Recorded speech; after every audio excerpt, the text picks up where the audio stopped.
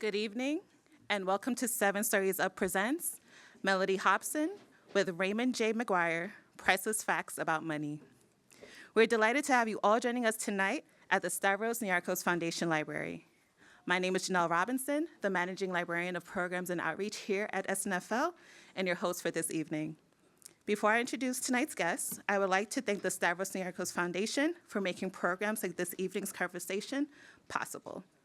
I would also like to remind you that if you don't already have a library card, it's easy to get one by speaking with my colleagues at any service desk in this building. Finally, I would like to encourage you to visit NYPL's website and take a look at our upcoming Seven Stories Up programs.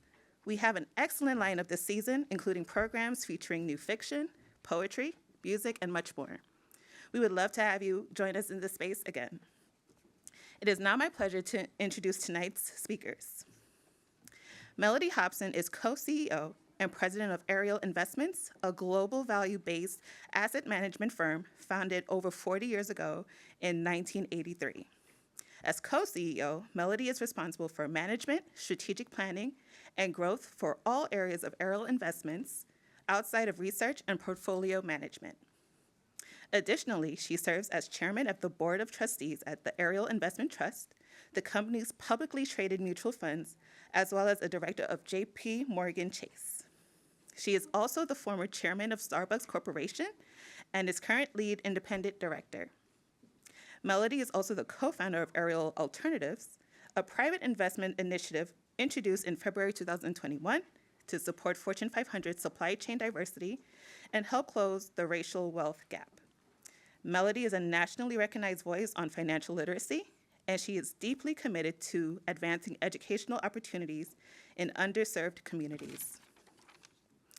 Raymond J. McGuire, New York Public Library's board vice chair, is president of global financial advisory and asset management firm Lazard. Prior to joining Lazard, Mr. McGuire served as Citigroup's global head of corporate and investment banking for 13 years, the longest tenure for this position in Wall Street history. He later became vice chairman of Citigroup and chairman of Citi Banking, Capital Markets, and Advisory Business. Previously, he was global head of mergers and acquisitions at Morgan Stanley, a managing director at Merrill Lynch, and an original member of Wasserstein Perella. Mr. McGuire serves as the corporate boards of Hess Corporation and Vornado Realty Trust, and was previously a board member of KKR and Company. He also holds leadership roles on several not-for-profit boards, including the American Museum of National History and the Studio Museum in Harlem. He earned his MBA and Juris Doctorate from Harvard and an AB from Harvard College. Please help me introduce Ms. Hobson and Mr. Garner.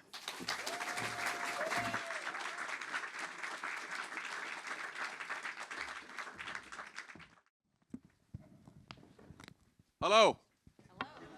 Do I have volume here? Please, does my mic sound nice? We good? He's never subtle. No, I thought that was the most subtle I'm going to be tonight. So it is like really great to be here with you, especially in the presence of my colleagues from the New York Public Library, whose leader is here in the form of Anthony Marks, otherwise known as Tony Marks. It's great to see you and all of your team here. And it's just extraordinary to be here with you. Mellody Hobson. This is all right. This is like... There is a lot about which we're going to talk tonight.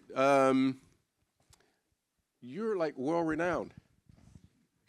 And so I'm going to use words that she would never use, because one of a big part of her profile is her humility.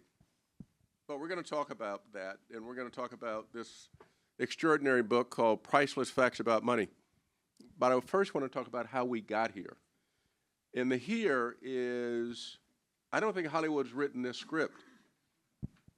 CEO, highly successful asset management firm, Ariel Investments. You sit on the board of Starbucks, J.P. Morgan Chase, the Rockefeller Foundation, Bloomberg Philanthropies, and the Lucas Museum of Narrative Art. You're a pioneer in, like so many areas, not the least of which is the first black woman to chair the Economic Club of Chicago. And you give away lots of money, including a dorm in your name at your alma mater, Princeton. So you got a dorm in your name. It's actually a college. Oh, see? See there, y'all, see, you see how this is going already, right? It's a college. My bad. Okay. How did this start? You now got a college, okay? How did you start? This is like, oh, you started with a college? Huh? Is that what you're telling me? No, please tell us how you started. Well, first of all, I want to thank you for the opportunity to be here. It's a heartfelt thank you. This is my first day. The book was launched today. So I'm feeling a great sense of joy and gratitude, as I told you earlier. And Ray is a true friend, as well as his wife, Crystal, true blue friend. But also the one reason I wanted to be here is I do love libraries. And I was on the board of the Chicago Public Library for a couple of decades, more than 20 years. And I spent a lot of my childhood in libraries, a lot, on Saturdays and Sundays in Chicago. 425 North Michigan was my library building. And when I was in college, I used to sit in the library at Northwestern University. I go to the Regenstein Library at the University of Chicago as well. So I spent just hours and hours and hours in libraries. And so that was a place where I lived. And so I feel very much at home in libraries, and I feel very strongly about public libraries. And I'm glad Carnegie started the whole process of having public libraries in the world and sharing information, because anyone can learn because of a library card. And so that is something that I really do appreciate. In terms of the backstory, I mean, there's so much to say, but I think the real backstory is I grew up in Chicago. I was the youngest of 6 kids. My mom was a single mom. I had what many people have had, which is, struggles and difficulties as a child. And those struggles and difficulties, even though I hated them at the time and I felt great insecurity, particularly financially, they became an amalgamation of the person I am today, and they gave me the purpose that I have today. And a lot of that purpose being about promoting the concept of financial literacy. I spent a lot of years of my young life worrying about money because we would get evicted and our phone would get disconnected and our cars would be repossessed. We'd hide them all the time. And because of that, that financial anxiety really did wear at me. And once I didn't have that financial anxiety, part of the reason that I'm such an evangelist about financial literacy is I know what it's like not to live with it. And it's debilitating when you have it, which is why people end up with health problems and all sorts of things. But the anxiety that comes from it is so great that I said, wow, if I could just teach people and help them to see there's another way, that perhaps we won't have to repeat some of the childhood trauma that I had. So let's probe this a little bit more. We both were raised by, and you reference your single mom, and for better or for worse, family finances. It's clear that you had everything that money could not buy. It is love and honor and respect. And you reference a little bit about the things that money could buy, which were limited in your case, in mine as well, but in your case. Tell me how that relationship worked. What did you learn from that and your mom? What did that teach you? My mom was a great mom. She loved me in every way. She really did. I had one of those moms that is a mom that you dream about. My mom was great in so many ways, and she was extremely pragmatic and direct in a way that was a little brutal at times. I called her a brutal pragmatist. So my mom, when I was 5 years old, I went to my mom and I said, I wonder what Santa will get me. And she looked at me and she was like, Mommy is Santa.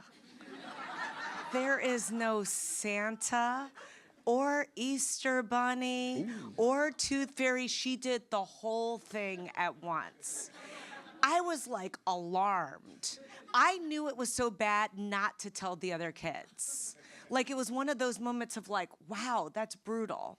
So she didn't believe in any kind of fairy tales, any kind of anything less than reality. My mom was the mom who, if there was a play at school or a parent-teacher conference, she just didn't go. She didn't go. So I would beg my mom. I'm like, Mom, you have to pick up my report card. And I was a straight A student and couldn't get my mom to pick up my report card. I had that mother. She was like, you're fine. Literally. So it was a very weird thing because on the one hand, she was very loving, but she created this child that was so independent. And so little things like, if I wanted to go to a birthday party, my mom would say to me, how are you gonna get there and how are you gonna get a gift? So I always had to come with a plan on everything. So if I say I'm going to a birthday party, I said, Jennifer Smith's mother is taking me, I'm getting home this way, and I saved $7, and I'm gonna get this. And I had to have the whole thing worked out or I was not going. Now, you would think that that was pretty extreme, but it made me completely self-sufficient and independent. So that was the one great, in my mom's regard. I tell this story, it is 100% true. If my sister were here, she would stand by me. My sister's 21 years older than me, one of them, my sister Pat. I found my own orthodontist because I was snaggle-toothed. I had fangs, like the ones that come out, only on one side. Like, I didn't even have a pair. I had the fang just on one side with the lip. And I was like, I can't go through life like this. So I went to the orthodontist by myself in the middle of the day at school, walked there at the Water Tower Place in Chicago, worked out a payment plan. It was $2,500, and I worked out $25 a month. He gave me a little booklet. I swear on my eyes, because I was like, I cannot go through life like this. So I went home and told my mom, I'm getting braces. And she was like, good for you. Did you tell her how you got to the I towel? did. And look at these teeth, right? I pulled it off. Like, this is a true story. So that was all on the one hand. But on the other hand, the money story, which is true, because I want to honor my mother, but I also want you to know what the problems were. My mother was the mom who bought Easter dresses instead of paying the light bill. So we would literally have no lights, but look good at church. And I started to say, like, this doesn't make sense. You know, I would say this to her over and over again, this isn't smart. So that's what actually affected me most about money, that I saw this great person who was super well-intentioned, but she did not make good money decisions. And so as a result of that, that is what I started to really unpack. And as I got very, very focused on the one thing that I was good at, which was school, I said to myself, I want to have a different life. So I want to understand money. So let's talk a little bit about the book. I do want to come back to understanding how it is that without Google, without Safari, you found an orthodontist because you couldn't Google them. I asked all my friends at school. So I went to a school where the kids were wealthy. I went to one of the best public schools in Chicago. It was the first international baccalaureate school in the United States, and I was in the first class. So I was the first IB class in America, 100%. So my friends came from downtown Chicago, and they all had braces, and I said, where do you go to the orthodontist? And they all went to James Thompson. So I called and got an appointment.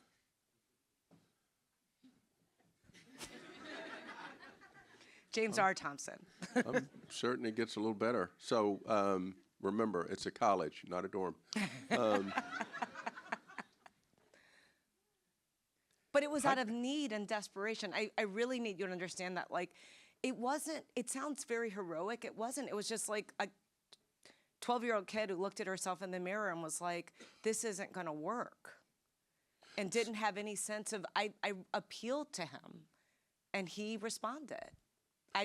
He's not alive. If he were, I would certainly be, showering him with gifts for giving me a smile. But I really do, he was a very, very, very decent man. So take us from, we're going to get to the book, but this is more about the journey. Take us from high school to where you now have a college, Princeton University. So as a kid, I really started to focus on school because my house was very chaotic. so I kind of locked myself in a room. These all things sound so fantastical, but again, it's true. So I studied in the bathroom, and I ran the water to drown out noise. And again, my siblings will tell you that was where I sat. And because the house had so many people and had so much chaos, and we were that family with the TV that was too loud. You know that family? You're like, seriously? Could you turn down the TV a little bit? The TV was always too loud, so it was the only place that I could work. And I just became very, very, very focused in a way that drove the whole family crazy. Crazy. Not normal. And But you were the youngest. I was the youngest, so they were just like, she's ridiculous, because everything revolved around my school challenges, anxiety, everything I had to get done. And my mom responded to it. If it was important to me, it was important. No matter what it was. No matter what. I mean, I give my mom a lot of credit, because there were things where we completely disagreed, but she was like, if it's important to her, it's important. And so I focused on school, and I wanted to go to an Ivy League school, even though no one in my family had gone to college. No one. And they don't even know how I got these ideas. And for years and years, I said I wanted to go to Yale. And then we saved up money for me to go to visit, and I got there and I burst into tears. And my mom said, we took a train. And my mom said, what are you talking about? And I said, I hate it here. I was shocked. I was like, I don't know, this isn't what I want. And so we went to Princeton, and we went to Harvard, and I was like, okay, I'm going to college. And I ended up at Princeton.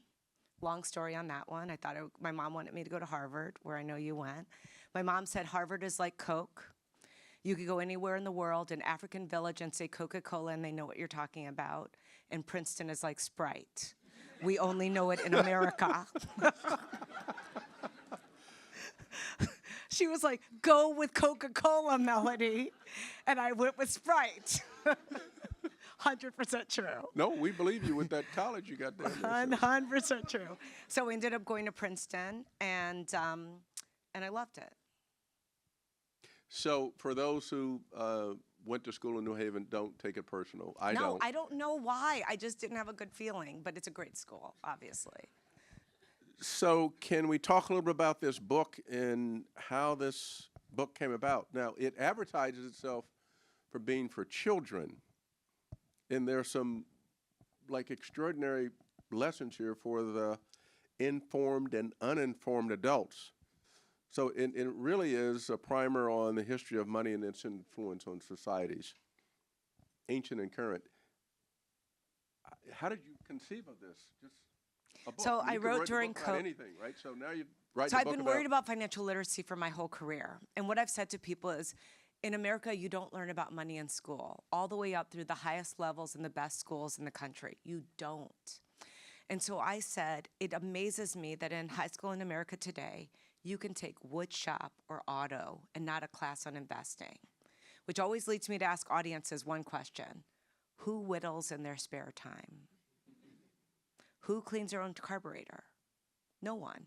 But we can take those electives in a high school and not take something that is fundamental to you and your family, your retirement, et cetera, which is around investing. And I'm not talking home ec where you learn how to write a check or read a utility bill.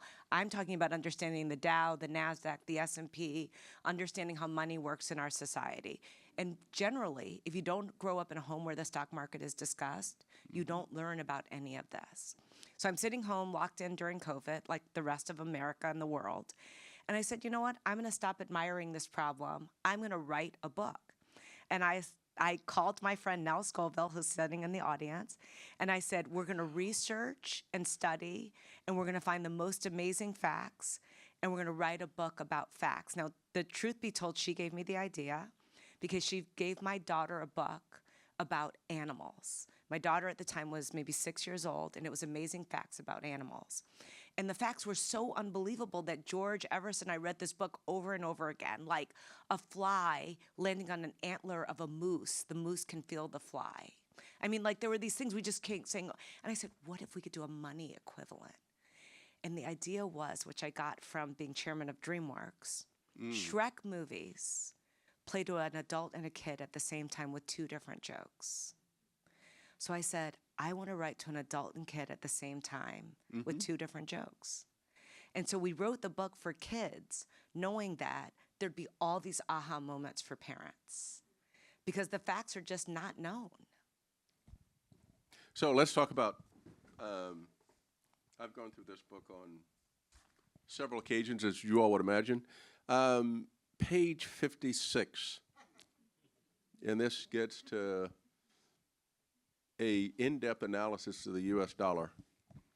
And the way this reads is, bills are great for buying stuff.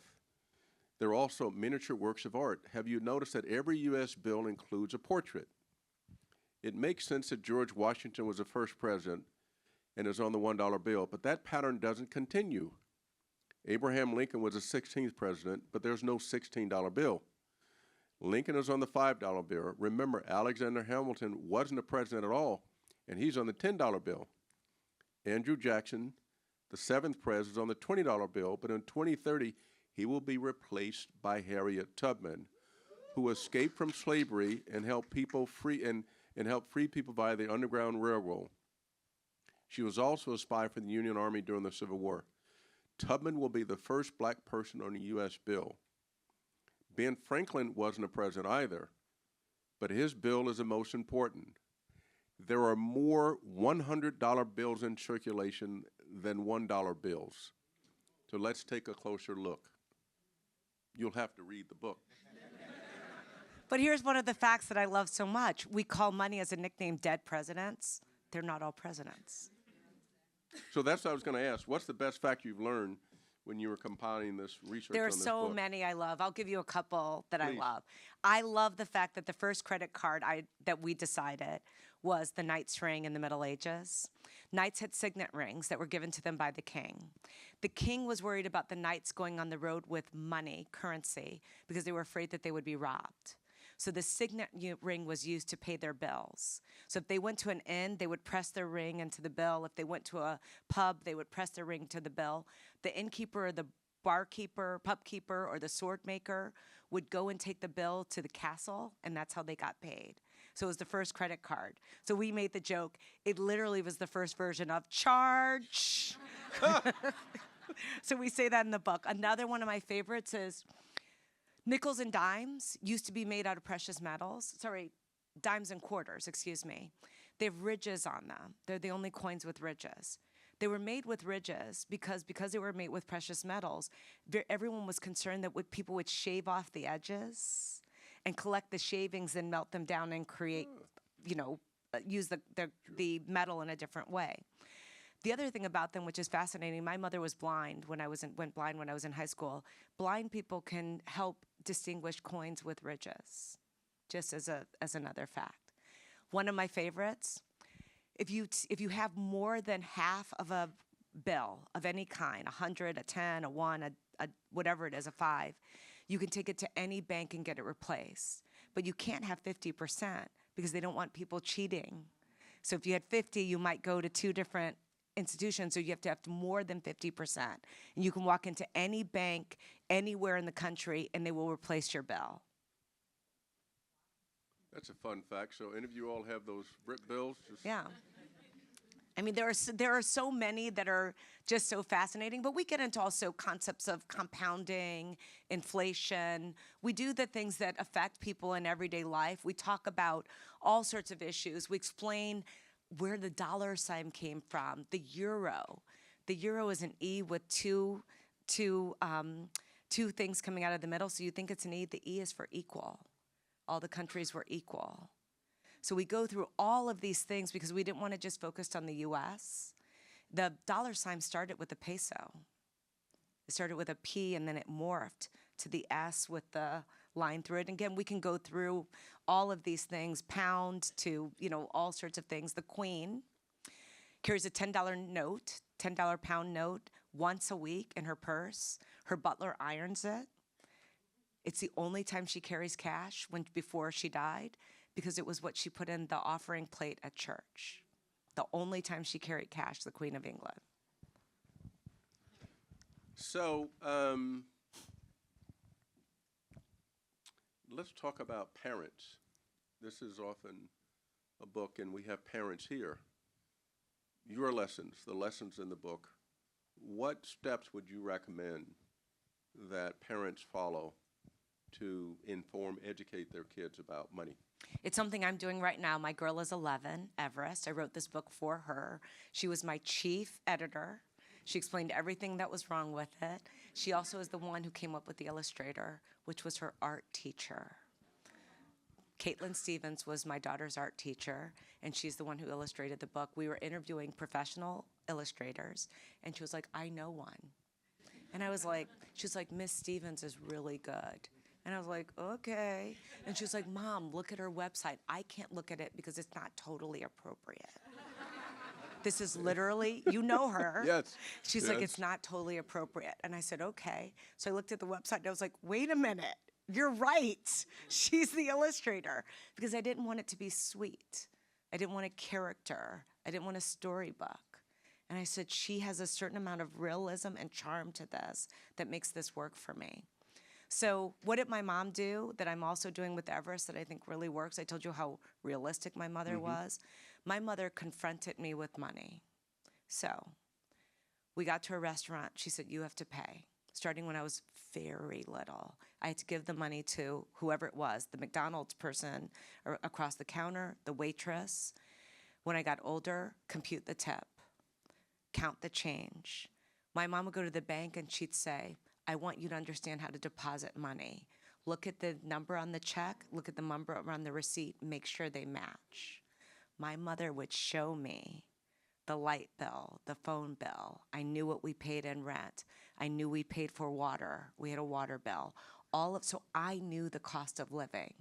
And that is what I've been doing with Everest. My 11-year-old, like many, she loves Sephora and Ulta. So we go to Sephora on the weekends. It's a real experience. It takes a long time. She looks at every box. And I say to her things like, oh, she's hilarious. She's like, this has hydraulic acid. I can't use this.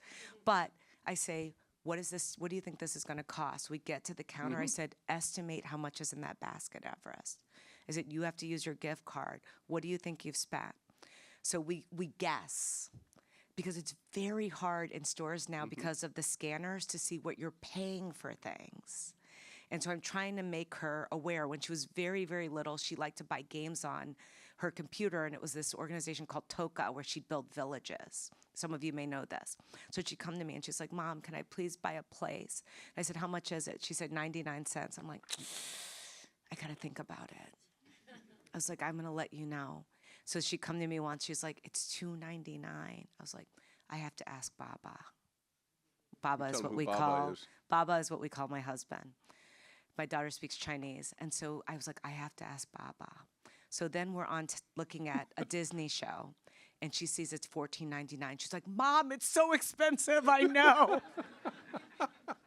She's like, it's so much. She's like, can you believe it's I was like, I know, Everest, we should think about this. But just to start to get her to understand. So we go through the McDonald's window one day. We used to have French Fry Friday until she told me it wasn't healthy. I was looking forward to French Fry Friday. So we're at the drive-thru at French Fry Friday. Last time we ever went, she's like, that large fry was over $5.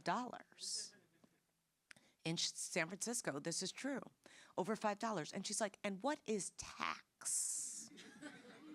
No. I explained tax to her.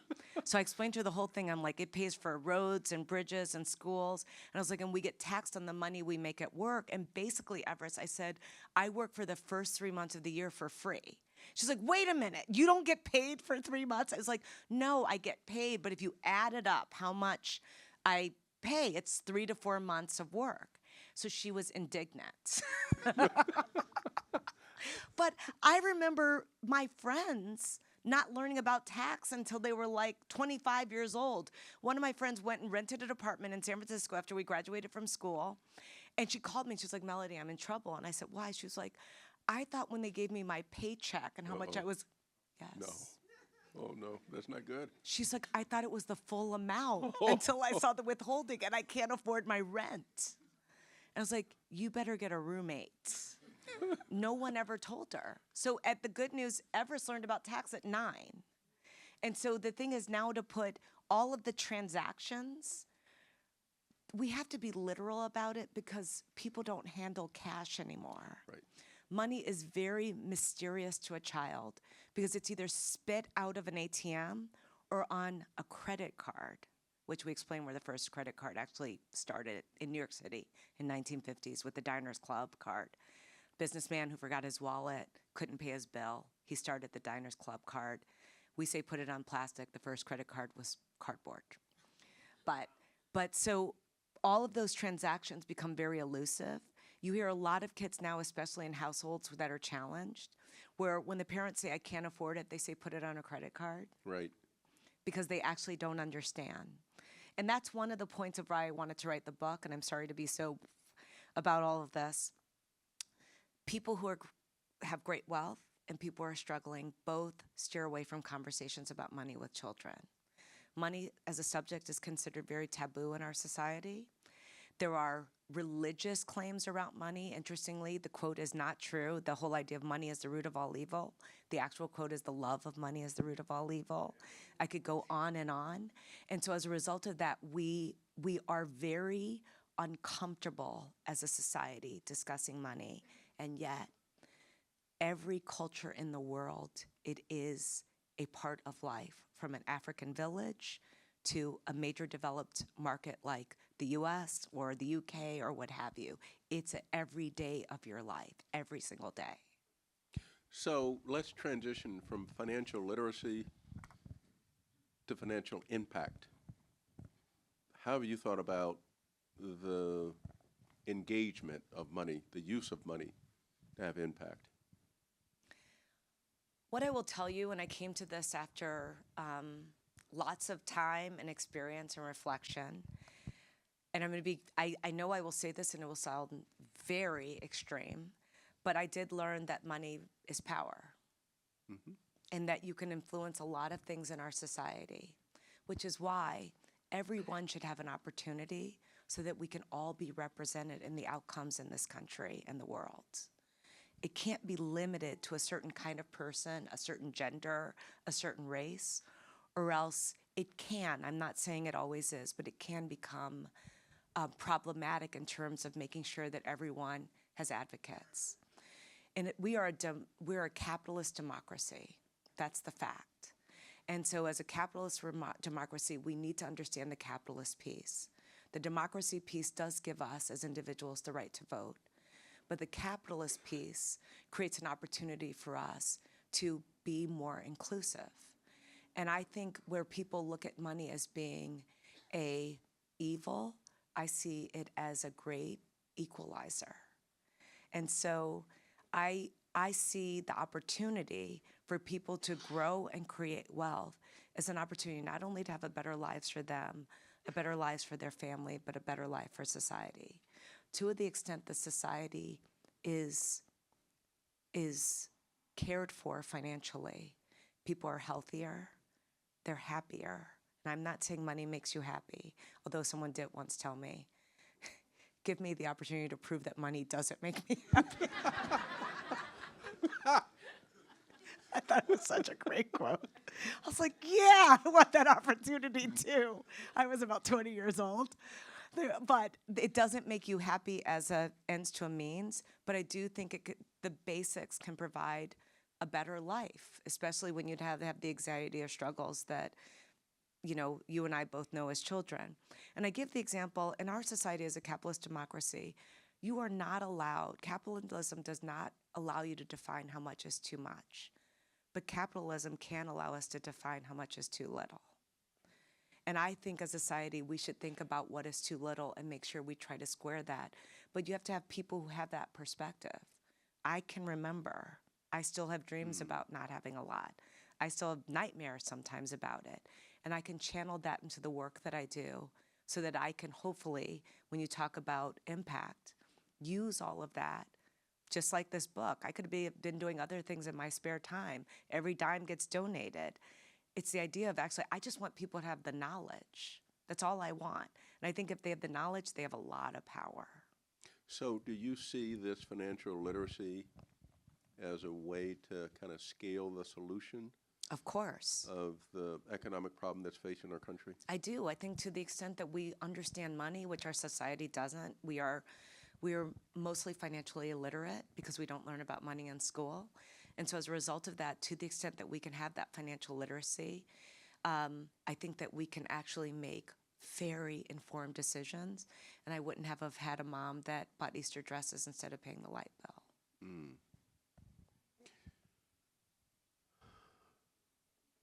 Notwithstanding all of your efforts and all of the wealth that you've been able to accumulate through what are pretty challenging circumstances, do you ever feel that you have to reflect the dignity and courage and excellence of every woman, especially every black woman? Yes. So it's not a burden. This is what I tell people. On my very, very, very worst day, I always tell people, I'm not in a field picking cotton. I wasn't forced to have a baby and go back to work in the field. I get real literal. And I say, whatever I am bearing, it's not even close. So there is no pity party, no complaining here, because in the scheme of things, even in the worst scenarios that I have been in, and there have been some tough ones, it was better than that. And I think that's when perspective becomes very important. And I think we have that every single day. We have images on television right now of devastation in the world. Like truly, it's like not a movie. It's real people. They have nowhere to go. They are dying in great numbers. And so every time I think about those things, I say to myself, you can do better. You can work harder. That doesn't mean you don't have bad days. That doesn't mean you don't bitch and gripe sometimes. But remember what is important. That's why I said love and gratitude this morning. Fire everywhere. I told Ray, I texted my husband this morning, I said, there are fires everywhere, but I'm overwhelmed with a sense of love and gratitude. Gratitude for the smallest things. So small, I can tell you. I work out really, really early in the morning, like 4:15. And I was on a spin bike, and I was not happy. And I really wasn't. I mean, it was just like you could tell my energy was very bad. And my spin teacher looked at me, who was there at 4:15 in the morning, and she was like, think about how lucky you are you physically can do this. And I was like, she's like, you actually have the physical ability. You have all your limbs. You have strength. And I stopped and I was like, thank you for that. I am resetting and I'm going to remember that every time. Because there are people who this is a luxury. Other people can't do this, and then I'm going to complain about this luxury? This is crazy. You were sent to teach me, and I received that lesson, and I will never do it again. Now, that doesn't mean I'm not important, but that I don't have to be reminded and things like that, but you need people in your life who will tell you the truth, who will sort of snap you back into the reality of, really? You're going to complain? So when you talk about what are the sort of jobs or chores that I have as a Black woman, I have to represent. Otherwise, we don't get another shot. And you know that. So stay with me here before I get to the lightning round. Mellody, you're the quintessential American dream. You've achieved the pinnacle of power, influence, and money. Knowing what you know and seeing what you've seen, if you were to write a letter to America, what would be its theme? Gratitude. I think gratitude brings joy. And I think if you can focus, whoever you are, wherever you are, whatever you are, if you could focus on what you have versus what you don't, and it could be a lot that you don't, I think it gives you the energy to keep going. You need hope in life. And so gratitude to me is like, of all the things you could be, it's not smart, it's not hardworking, it's like start with grateful. And then once you can take gratitude, once you can feel that gratitude and anchor in it, I think there's a lot of possibility. I think you give that to others as well. Gratitude. We're going to go to the lightning round. And after the lightning round, then we're going to go to questions from the audience. And just let me set the ground rule for questions from the audience. I'm going to borrow from Mellody. And the ground rules are no quatements. You obviously know what a quatement is. It's a question That's statement. an entire statement before you ask the question. And what I will do is exercise moderator privilege. And either you ask the question, or I will applaud you and have you transition into a person who's going to make the next quatement. So please, those are the ground rules, and let me get to a lightning round. And there's no wrong or right answer here, but I just want you to kind of engage with me, if you will. Mellody, we're going to get a little more personal. And you can't think about these things. You just got to go right fast. off the cuff. Okay, got it. Biggest risk, Not taking one. biggest reward, Investing in people. favorite season, Summer. favorite book, Too many to love to name. favorite I'll designer. go with Buffett, The Making of the American Capitalist, because that taught me a lot about money. Okay, Buffett. Buffett, it? The Buffett. Making of the American Capitalist by Roger Lowenstein. Okay, favorite designer. Too many. When I grew up, my mom got a lot of our clothes from the Goodwill. And so I do tell this story that at one point I said to my mom, I want clothes with tags, because they used to staple the prices. Has anyone been to the Goodwill? You know, they write the number and then they just staple it to the sleeve. And so there's no hanging tag. And I just wanted tags. I also tell people this. You do. This is a lightning round. No, this is a good one. This is really good. This is a lightning round. Okay, but go. You go. So one of the things that came from the Goodwill was Catholic shirts. I went to Catholic school for high school, but not for grade school. But a lot of people take their Catholic school uniforms to the Goodwill and they sell, they donate them.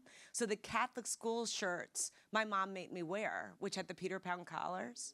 So to this day, I wear brown collars as a memory for the Goodwill and those shirts. Do we do or sprinkle? I wear them all the time. So Favorite color? orange, Okay. Princeton. Frankie Beverly, Earth, Wind, and Fire, Kool and the Gang. Earth, Wind, and Fire, fantasy favorite song. As well, I love that one. Billie Holiday or Nina Simone? I'm gonna go Billie Holiday. My mom let me watch Lady Sings the Blues as a kid, and it made an impression.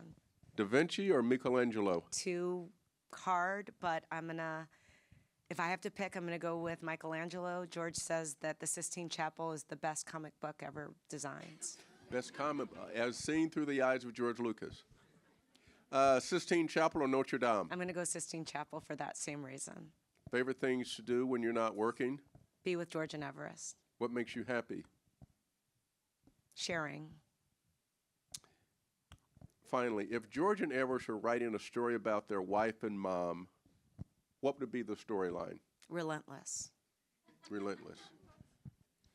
So, Mellody Hobson.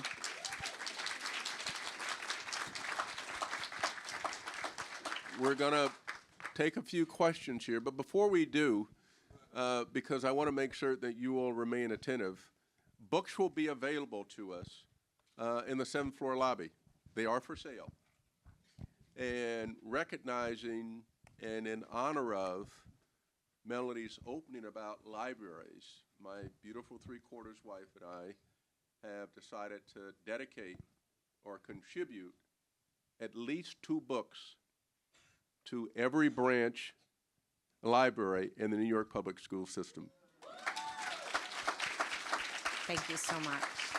Thank you so So much. to be specific, that means New York, where there are 88, Brooklyn and Queens, where there are 66 and 62.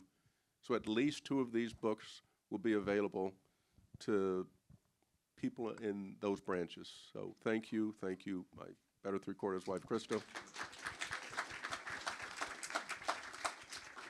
So I will tell you, for every book you buy, I will give one away to a New York City school kid. So just so you know, it's not about the money, it's about the information. So every book you buy, I will give away. So they'll keep track for us. Questions? Please, yes, there's one right here in the pink. You had your hand up before anybody else. Fire away. Early bird gets the worm. Okay, but tell us your name and then ask the question quickly. Hi, my name is Tona. Thank you all for being here, and thank you for writing this book. My no question statement, so I'm going to cut straight to the chase. Money is really personal. It starts with family, but family is a life cycle. Do you see yourself growing with generations and visiting those other times in life where money is really important, whether it's relationships, having a child, or even money around planning for death? Yes, to all. I have another book in mind after this one that goes up in age, but I've had a lot of conversations about various stages of life and how money is affected. For example, for women, we make our most significant money decisions in times of great emotional stress, generally death or divorce. So I explain to people, you don't want to make an important decision when you're emotionally a wreck. And so you want to get in front of understanding your own money situation way in advance, be it if you're married to someone, whatever it might be. It's very, very important. I've talked a lot about elderly, our parents, and mustering up the courage to have a conversation with your parents about money. I've talked about mustering up the conversation to have a conversation with your children about money. And it could be something as simple as, I'm going to need your support one day. It could be something as direct as, you're not getting anything from me, or this is what you're getting from me. These are all very uncomfortable conversations, but they ultimately lead to great, great clarity. You have a question in the back? Here's one right here. Oh, you have one back there? Okay. Can you stand and let us know your name? Yes. Good evening. My three names are Dallas, Lee, Bell. Thank the two of you for this wonderful talk. And Ms. Mellody Hobson, I'll be sharing highlights from tonight with your high school classmate, Dr. David Turnley Boyd. My question, since there are enough young people here, do you have a favorite area community academy story you would like to share? Yes. So we have a school in Chicago called Ariel Community Academy. It's where we started a lot of our work around financial literacy. We give every first grade class, it used to be $20,000 real dollars to invest. It followed them through their grade school career. In celebration of our 40th anniversary last year, we changed that number to $40,000. When the kids get to 8th grade, they give the incoming first grade class the seed gift back. So it would be the $40,000 would go back to the first grade class to make the program self-perpetuating, and then they split the profits. Every child that puts their money in a 529 plan, we match it $500. We do that so they learn not to walk away from the free money, particularly at a 401k plan when they're working one day, as an example.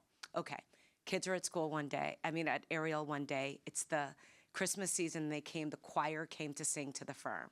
This didn't happen very often, but they came this time. We're all standing in the hallway of our firm, the lobby, and they're all wearing uniforms. They all wear uniforms at the school. One girl is not wearing the uniform. She's in 3rd or 4th grade. So the principal comes up to me in front of everyone and she says, I don't remember her name, but she names the little girl and she says, I just want you, Miss Mellody, to explain to her how important that when she comes to Ariel Investments, it's very important for her to wear the uniform. And I'm about to say, it's very important for you to do what your teacher says. It's very important for you to wear your uniform. And this little girl looks at me and she's like, no.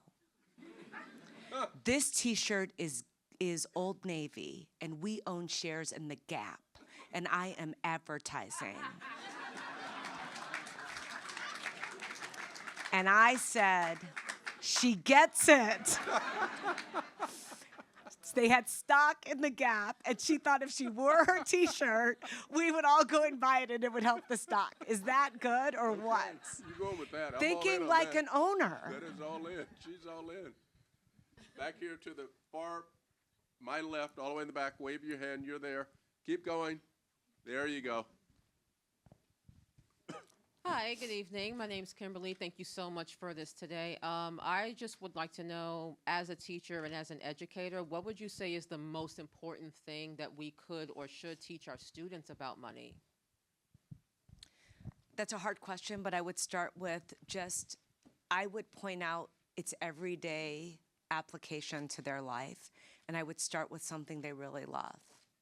So if they love Pokemon, if they love Barbie, there's a section in the book right at the start about barter. So people always say, how do you start with a really young child? You make them value something. Valuing, you want to put value on things for them to really understand what it means. And so we give the example of, would you trade in this situation? She's trading a painting or a picture that John has drawn for a cupcake. And John is waffling with, I don't know if I should do this because I'm going to eat the cupcake and it's going to be gone. And you're still going to have the picture. So he's starting to put value on the picture that he's drawn. That is we do that with our first graders at Ariel School. So we'll say, you can have a cupcake or you can have this Barbie. Which one do you want? And the kid is forced to decide. So you're starting to explain the value of things to them, and then you can escalate that over time. So just thinking about their everyday life is like my daughter with those French fries that day. Or it's Sephora. You know, Sephora is a really expensive endeavor. And so it's like one of those things where I'm like, you know, this is crazy. That face cream for a 10-year-old is $60. And it's like, how are you going to afford that? And, you know, it's a real conversation. Real lesson. Real lesson. Right here. You have a microphone? We're going to come. We're going to circulate as quickly as we can. We won't be able to accommodate all the questions, so just... Also, kids don't even know that cell phones cost money. You know, things like, seriously, show them a cell phone bill. There are plenty of 20-year-olds who don't understand that. Hi, I'm Rhonda Medina, and Princeton 87. Thank you so nice. much for all you do. In listening to this, I've done everything wrong. I have 4 children. It's not too late. Oh gosh, they're 23 and 26 and 21. That's early. So, thank God. Okay, so the question I have really revolves around, how do you address all of the emotion that is surrounded in money? Specifically, if you think about the African American community, dressing up when you go somewhere, driving the big car to show that you are someone who should be taken seriously. There's a lot of emotion around money when it comes to different communities of people. And so how do you address that? I think that is a really great question. I think it's something that we have to unpack because we need validation sometimes. And I've been there. So please there's no judgment. I gave you the Easter dresses example because that was important to my mother. My mother has passed away many years ago. She got really, really, really upset when I told people how I grew up. She called and yelled at me. She was very angry. And she was like, why are you diminishing me? Why are you telling people our business? I said, it's my story. And it's true. She thought it was terrible. Terrible. I mean, she was really angry. And I needed to live my truth because I tried to hide that for a long time. My friends in Princeton had no idea. When I started to talk about it, they're like, what are you talking about? I was like, I was ashamed. And living in shame is terrible. And once I could unshackle myself from that shame, I felt so much better. George always says to me, my husband is very wise. I joke, I married Yoda's dad. George always says, you know, the things about people is he said, the bars are in front of them, but they're holding keys in one hand. You could unlock your prison at any time, and most of that prison is thoughts. And so that shame imprisoned me. I can tell you, I can feel it now. Like my skin feels it, my eyes water up. And so once I let that go and had the conversations, and then I learned from people. Warren Buffett, to this day, I have a green Amex card. I never use Visa. I only use Amex because I didn't want any bill that I couldn't pay, and I didn't want the luxury of carrying a balance. I swear. I used to pay my phone and light bill many months in advance because I told people if I lost my job, I had 5 months of phone. I swear on my eyes. Like if the bill was $25, I sent like 200 I was like, I've got a phone, I've got lights. That was not responsible, giving the float to the utility, but I did do it. But the interesting thing, if I just go back to this shame, Warren Buffett talks about he has this green American Express card. And he was like, I'm a billionaire. I don't have titanium. I don't have gold. I don't have platinum because the cheapest one is green and I can get whatever I want on it. I've never been denied. And I was like, so I proudly always pull out my green American Express because people think I'm gonna drop some kind of platinum on the table. And I was like, this is just practical and it's cheaper. So I don't need the show of like, because it's never been declined. You know, it just hasn't because I pay my bill. So I'm like, why do I need the status of some kind of color of a card to make me feel important? And once I saw a story about Will Smith. And Will Smith was saying that during his rapper days, no matter how you feel about him, it was a really smart story. He said during his rapper days that these people would roll up in like Bentleys and Rolls Royces, and he had a Prius. And he was like, it doesn't take gas, and it's like really practical. And I was like, that's right. It's almost like you get to a certain level where you can do that so you don't have to show off. Last one I'll tell you. So I had this yoga teacher once, and she was telling me that she went to this session with the Dalai Lama, big public session. And someone asked the Dalai Lama, they said, how do you find enlightenment? And the person was American, and he said, become wealthy. And so the whole audience is like, why would the Dalai Lama say something like that? Now, I wasn't there, so I can't attest to this, but this is what was told to me. Why would he say something like this? And he's like, you know, you Americans, you spend your whole lives nickel and diming. He's like, why is it that once you actually achieve something, you find your greater purpose? And that's when you start giving, and that's when you start doing all these things after you've attained some level. Why won't you do it now? All of those things sort of started to come together for me around this emotion, and I was like, stop caring about what other people think, Mellody. And you can take all of the emotion away if you will just live your own truth. So it might disappoint my mother. It might mean that people think I'm not impressive because I don't have, you know, a titanium card, whatever it might be, but it's my truth. And I'm holding on to my dollars as a result of it.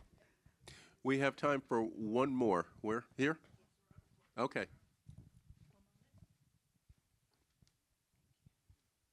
Good evening. My name is Talea Waller, and 30% of children today want to grow up and be content creators. So what are your thoughts, given your expertise in finance and your passion for financial literacy, what are your thoughts around how do we prepare them for the intangible economy where things like their brand, their personal brand equity are going to become one of the most valuable assets that they have? I don't know that I totally agree with that.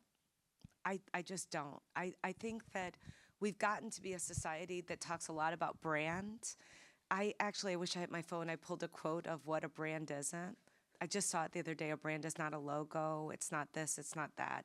It's a culture. It was very, very specific. I sent it to my firm, someone in my firm.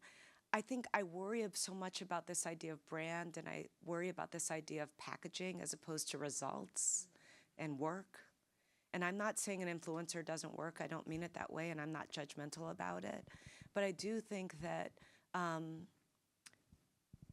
want to make sure people just know what they're seeking to achieve. There's a very famous portfolio manager. He no longer invests. His name was Bill Gross.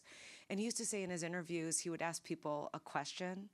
Do you seek money, fame, or power? And you must answer one. And he said, in his experience, everyone has one. And each one is telling.